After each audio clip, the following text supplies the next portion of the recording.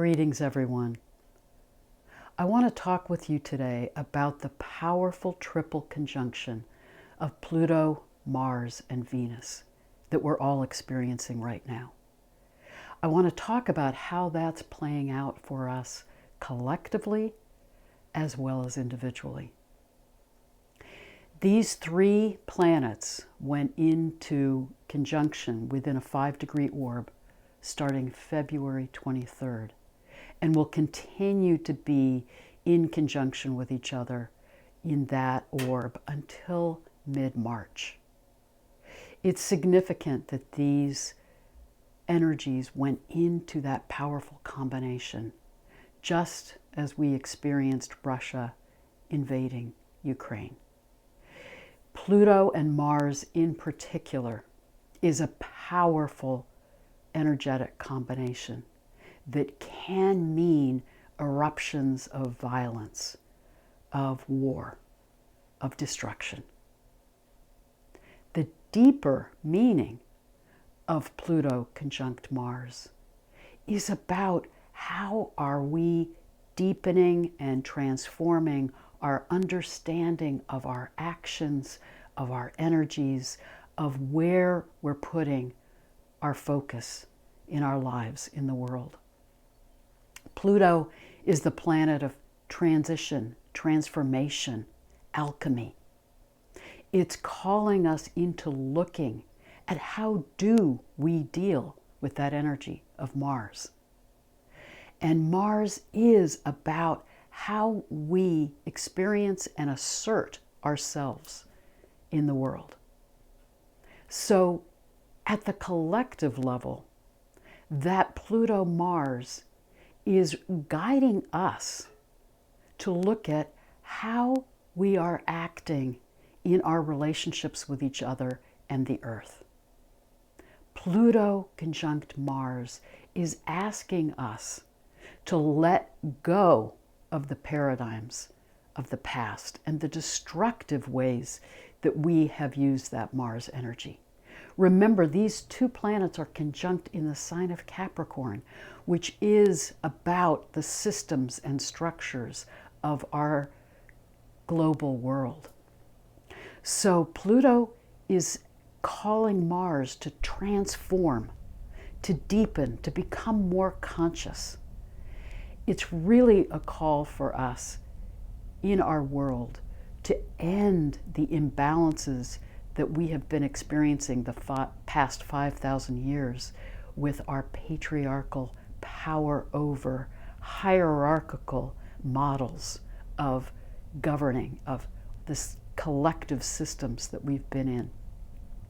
Pluto is saying it's time for that way that Mars has manifested to end, to create space for new forms. Pluto conjunct Venus is about how are we transforming our relationships.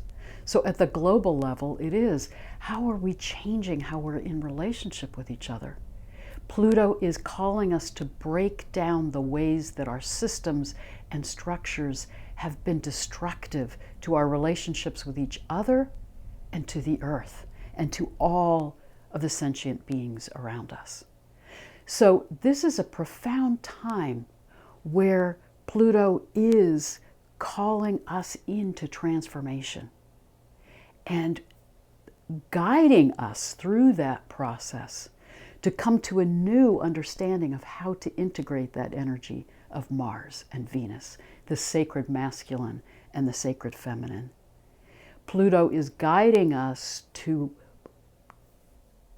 take down the ways that those energies have been out of balance and guiding us into new forms where those energies can be integrated in a way that we are back in balance with the sacred masculine and the sacred feminine. And what does that mean? Mars is about how we experience our individual selves, how we experience our actions, how we express our creativity, our uniqueness in the world, individually and collectively. But Venus is guiding us to honor sacred relationships within ourselves, with each other, with the earth, with everything around us.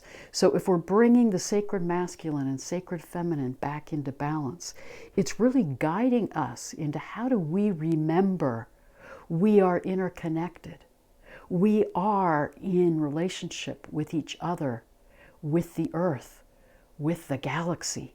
And how do we act in right balance in relationship? Pluto is asking us to let go of the ways in which Mars has been dominant in our world, with this paradigm of power over, competition, conflict, may the best person win and take the spoils. That is the shadow side of that Mars energy, where it becomes about my own individuation, my own self-expression, no matter what the consequences, no matter what the cost. And at the collective level, it becomes these systems where it is about power over and dominance and the effort to conquer others, destroy others for that power and victory, to take the spoils of war. As Pluto is calling us into this transformation and is guiding us into the age of Aquarius that is about justice and balance and bringing that energy of the sacred feminine back into right relationship with the energies of the sacred masculine. Pluto is calling us to end the pattern of power over, violence, war, destruction to each other on a collective level as well as on an individual level. Sadly, as we're in this profound time of transition and transformation, we can see the shadow side of these energies coming out as those who are clinging to the old paradigms, the autocrats, those who want power and control, are clinging to those old paradigms and trying to exert their power, their control through violent means to keep their position and power. But know, dear ones, that Pluto is transforming those old paradigms. Pluto and Capricorn is saying those systems and structures will be torn down in order to create space for the Aquarian forms to emerge that are about justice, equality, community, collaboration, the way in which we come back in to right balance and relationship with each other and with the planet. So we're in this change process, but we're still seeing some of the backlash and some of the playing out of the old destructive forms of the past. But Pluto is guiding us through this time of destruction of the old paradigms into the Aquarian age and into that threshold of moving more fully into the Aquarian age at the end of 2024. So we will see turbulence this year, next year, as we're seeing this transition and seeing the struggle between those trying to cling to the patterns of the past and those who are opening, as we are in this community, to a higher level of consciousness and to the new forms and paradigms that we're being guided into. But let me talk now more about how we're also experiencing this powerful triple conjunction at a more personal level. And I want to remind you that we began this year of 2022 with Venus in her underworld journey and then emerging as a morning star, January 17th. Remember that this journey of Venus from her evening star phase into the underworld when she's conjunct the sun in her inferior conjunction, and then her emergence as a morning star, is a part of her profound 584-day cycle. And when she's in that conjunction with the sun, between the sun and the earth, She is in her own process of transformation. Remember, this is the journey of Inanna, queen of heaven and earth, who hears the call of the great below and journeys to the underworld. Inanna's hearing the call of the great below is that experience that we each have when we know I'm out of balance in some way. There's some part of myself I'm missing. There's some way I need to be in my own deeper process to reclaim lost parts of myself, to see how I'm out of balance in my own life, in my relationships with others. So we go through those deep experiences of our own inner process and growth, sometimes through tragedies, sometimes through illness, through our choosing to be on a path of growth or to go into a healing or therapy experience. And in the myth of Inanna, Inanna chooses that path. She hears the call, the inner call to do that deep work, and sets out on her journey. And then she goes through that underworld experience that is her death, rebirth, her radical transformation of self. And then she emerges as a morning star, as she did for us, January 17th. And then she moves into the eastern sky just before sunrise and has been seen by those of us who see her in the eastern sky recently right close to Mars. And she went into conjunction with Mars in February. She'll be close to Mars all the way through the end of March. But this triple conjunction of Pluto, Mars, and Venus being together in this close orb really started February 23rd and will go through to mid-March. From February 23rd until March 6th, these three are together in the sign of Capricorn. But March 6th, Venus and Mars move into Aquarius. So think about that sequencing. Pluto comes together with Mars and Venus to bring them through a transformational process. Then Venus and Mars move into Aquarius saying, now we need to more fully energize what it means to be in balance with the sacred masculine and feminine in the Aquarian energy. So we're really being guided into that. And what that means for us individually is that as Venus emerged as the morning star, she's reorienting her sense of self.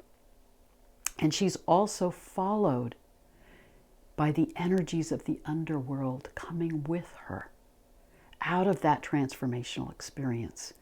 And in the story of Inanna, these underworld energies follow her and call her to see who needs to be in that underworld journey next, to be in their own process of deepening and transformation. And in the story, these energies follow Inanna as she reconnects with her friend Ninshubar, as she greets her son, and then she comes on her husband, Dumuzi, who in her absence, she's been in this profound journey of transformation of herself in the underworld. Dumuzi has taken advantage of her absence to assert himself as the leader, to take over her throne, and is proud to be in his power. This is such a symbol of what we've experienced collectively with that period of the sacred feminine going underground and the last 5,000 years of the patriarchy with Mars, that power over dynamic, being prominent in our world.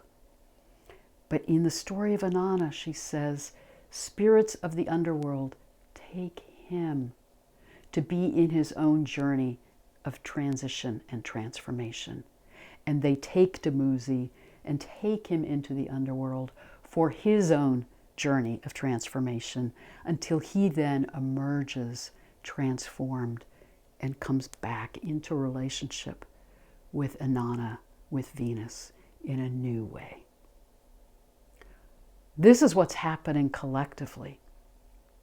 We're being guided to tear down the patriarchal power over structures, to let them go and bring our world back into balance with the sacred masculine and the sacred feminine.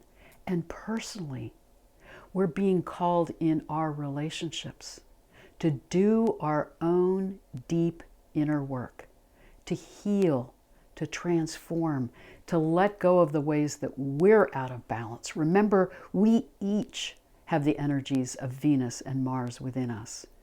Mars isn't reflecting the energy of men and Venus the energy of women.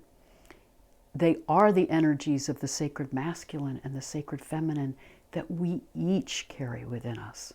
So we are being called personally, individually, to bring those energies back into balance, to look at how are my actions harming others? How are my actions out of balance with my relationship with the earth? How am I being destructive? How am I being competitive or more interested in power over or competition than the consequences of my actions on others or on future generations? So we're being called to look at how we are acting and living and how we are in relationship. And Venus is saying, look at whether what you're doing in relationship with others is just, is fair, is mutual, is balanced. Are you realizing you are in connection with everyone and everything? Or are you pretending you are your own individual self, separated from others? Come back into balance. Come back into right relationship. And as we experience these energies personally, many of us are finding issues that have been in the shadows in our own lives coming to the surface for healing, for coming into the light of consciousness. It's an intense time, not only collectively, but in our own individual lives. And how that then plays out in relationship is we're finding that those issues that may have been suppressed or repressed in our closest relationships are right up there in our faces right now. It can be challenging, it can be intense, but again, Pluto is calling us into transformation, into facing those issues that have been in the shadows, bringing them to the light of consciousness for healing and transformation. So in your personal relationships, dare to be vulnerable. Dare to speak your truth. Seek to be in that balance of true mutuality. And know that these energies are bringing those unresolved issues to the surface, not to create trauma and conflict, but to create space for transformation, for healing, for new forms. Again, as Mars and Venus, March 6th, move into Aquarius, they're showing us that we're moving in to these Aquarian paradigms of balance, of being in right relationship, of justice, of fairness, of collaboration and cooperation. They're showing us collectively that this is a time to look for the transformation and the new forms, not through top-down leadership, not through political changes coming from governmental structures, but from within and from our relationships with each other at the community level, at the grassroots level. It's amazing to hear how these grassroots forms of community that are much more in alignment with these Aquarian paradigms are emerging all over the globe. Remember the Hopi prophecy. We are the ones we've been waiting for. We are being guided to open to these new paradigms, to realize we are in a time of expanding consciousness with the photon belt with the light of the cosmos coming to us, to enlighten us, to enliven us, to bring to light what's been in the shadows, to help us heal and transform. And we're in that powerful time, that 12,000-year cycle, where the earth herself is changing and the whole consciousness of humanity is called into transformation. These energies are carrying us through this death, rebirth, this transformation. And for us individually and collectively, we can choose how we work with those energies. If we work with these energies consciously and are working with the transformation of this time, we are moving into expanded consciousness and new paradigms and a new earth. And hold the awareness that some will fight and resist the transformation and cling to the old forms and patterns of the past. But know, dear ones, those forms are dying. They will not be victorious. And we, as humans, can step into these new forms of consciousness and collaborate together to create that shift, or the energies of the cosmos and the earth will guide us through it. We are in that powerful time of transition and transformation. And as we can open our hearts and open our consciousness to the profound shifts of this time, we can feel ourselves coming into harmony and balance with the song of the spheres. We can feel that rebalancing of the sacred masculine and the sacred feminine, and what it means to remember our capacity as humans to be in connection and right relationship with each other, with the earth, with the cosmos. We're being guided into remembering we are citizens of the galaxy.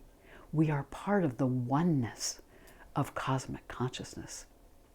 And then that Mars-Venus combination together is the balance of the sacred masculine and the balance of the sacred feminine, and the way in which we experience our own creative expression of cosmic consciousness in relationship with all that is. This is what we're being guided into. This is what we're capable of. This is what we need to remember, and what we are being guided into by these powerful energies of Pluto, Venus, and Mars. May we continue to support each other in opening to this profound time of alchemy and transformation. Blessed be.